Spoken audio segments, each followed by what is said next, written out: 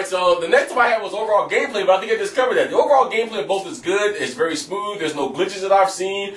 The track doesn't jump here and there. So overall gameplay for both games is excellent. Okay. Now let's move on to the other big time topic, which is DLC. Which company gets how DLC should be done and why? I did have a question about that, which was, do I think the GH World Tour is going to pump out the DLC anywhere near the rate that Harmonix is? In the past, they really have not showed much support in this area. This is from Mike. Well,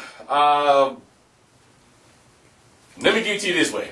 There's no way, I don't care anybody says, no way that Guitar Hero World Tour will ever catch up to the amount of DLC that Rock Band has put out.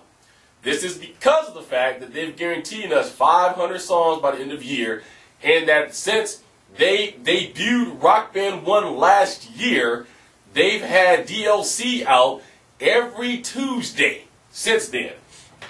The only way that I see that Guitar Hero World Tour can generate that much is if they was to get together, maybe let's just say 1,000 songs, whip them all up at one time and say, here it is.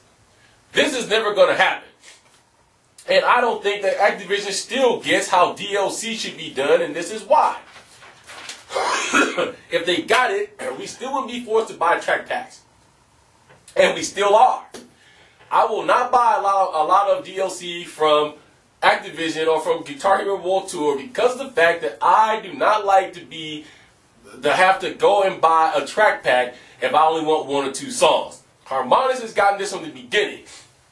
And if Activision would sit back and look at their bottom line, I'm sure they can figure out that they get a lot more money if they would go ahead and give us the individual tracks and not make us buy a track pack. Harmonix has done this since a year ago now, and it's worked. Here it is, 600 points, you can have all these songs, or for 160 points or 80 points or whatever, you can have this individual song. They just tell you that it's going to cost you less money if you decide to go back, if you decide to buy the whole album. And I thought Harmonix has made more money that way because I have a couple of friends. I have one friend, his name is Jason. You know Jason, Cena City Customs. He'll tell you right now, he's bought certain songs, and then when he started doing Rock Band nights, he went back and ended up having to buy the rest of the album. So he spent more money because he already has 2 or 3 tracks from the album, but he has to go back and buy the whole rest of the album now. Okay. The DLC from Activision needs to be pumped out thoroughly. They need to come up with a plan and tell us this is when we're going to get DLC. Yes, I already know that they've got their next 2 weeks of DLC planned out. I believe Hendrix is coming on the 13th, and I think I read someone else. Maybe it's just Hendrix that I read, but I know Hendrix is coming on the 13th. We need more concrete stuff than that, though. We need something like what Harmonix did. We're going to have DLC every Thursday. We can have DLC every Friday. We can have DLC twice a month. We can have DLC once a month. We can have it once a month where you're going to be able to download 12 songs. We need something as a consumer so that we can say, at least that Guitar Hero World Tour is on board when it comes to DLC. It's annoying because this is the #1 question still to this day that Brian Brighton Activision has skated around completely. Do you or will you produce DLC? We've heard, oh, DLC is very important to us in Guitar Hero World Tour, but then they came back with, well, you're going to have thousands of free DLC because we've got GH tunes. Just download everything you want. But is it really going to be free now because they want to charge for it? Is it really DLC that you want? I had a poll on my site for a long time that asked people if this was the main way that Guitar Hero World Tour is going to give you DLC, was going to be what we created. Were you happy with that? About 98% of the people came back and said they didn't mind having tracks that's made by other people, but they wanted professional cut tracks that's masters or whatever have you come down the pipeline. Harmonix has been and will continue to win the battle, as far as I'm concerned, with DLC. They have to majorly screw up somewhere for them to give up their crown as the leader of DLC when it comes to music games. They've got bands now that's on their bandwagon asking them to put DLC up because they've seen what happened with Motley Crue. They've seen what happened with Disturbed. When you can outsell in a video game iTunes, you must have something that's going great. even to the point to where iTunes has now thrown up the Best of Rock Band 1 CD that has over 60 songs that's about $70 to buy.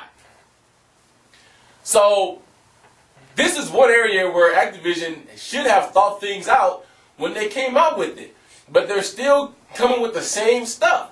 I think the game would be a better game if you actually have people going, man, dude, there's an album out for Guitar Hero World Tour and there's an album out for Rock Band. Which one do I want to get? I only got 1,000 points. One cost $660. Okay, I'm going to go buy another 1,000 points and get the album. This is what it should be if you want competition between these two. They didn't like that for me. I didn't buy the Metallica album because I didn't really like the new Metallica album. I bought one pack so far, which is, I forget what they called it, but it was an old time pack. It had songs like Jesse's Girl in it and a couple of other older songs. But the 3 songs in that 3-track pack I wanted. The only other songs I've downloaded so far has been the Neversoft free pack.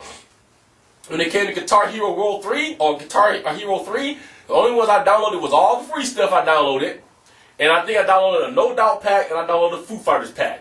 Which Foo Fighters is DLC next week, a whole album full of it for Rock Band. So, I think that Harmonix has got it right. They know how DLC should work. They know how to offer DLC. They know how to keep their DLC numbers up. This is something that Activision needs to jump on the bandwagon. So no, I do not feel that Activision will ever have anything over Rock Band and DLC. I feel that Rock Band will always be the #1 game if DLC is your thing. 256 songs to me and counting. And I'm gonna pick up the Foo Fighters pack. I'll be over 300 songs pretty soon. And then the next thing that you need to understand why Activision needs to offer these things separately like this is this reason. So 12 songs came out and you just said I don't like any of them. Well, now there's a week that comes out where there's DLC that you don't like. What do? People start going back through the DLC list and figuring out, well, maybe this don't sound too bad, and they pick up the extra tracks. So that also makes Harmonix more money off the DLC tip as well. So DLC goes to Harmonix.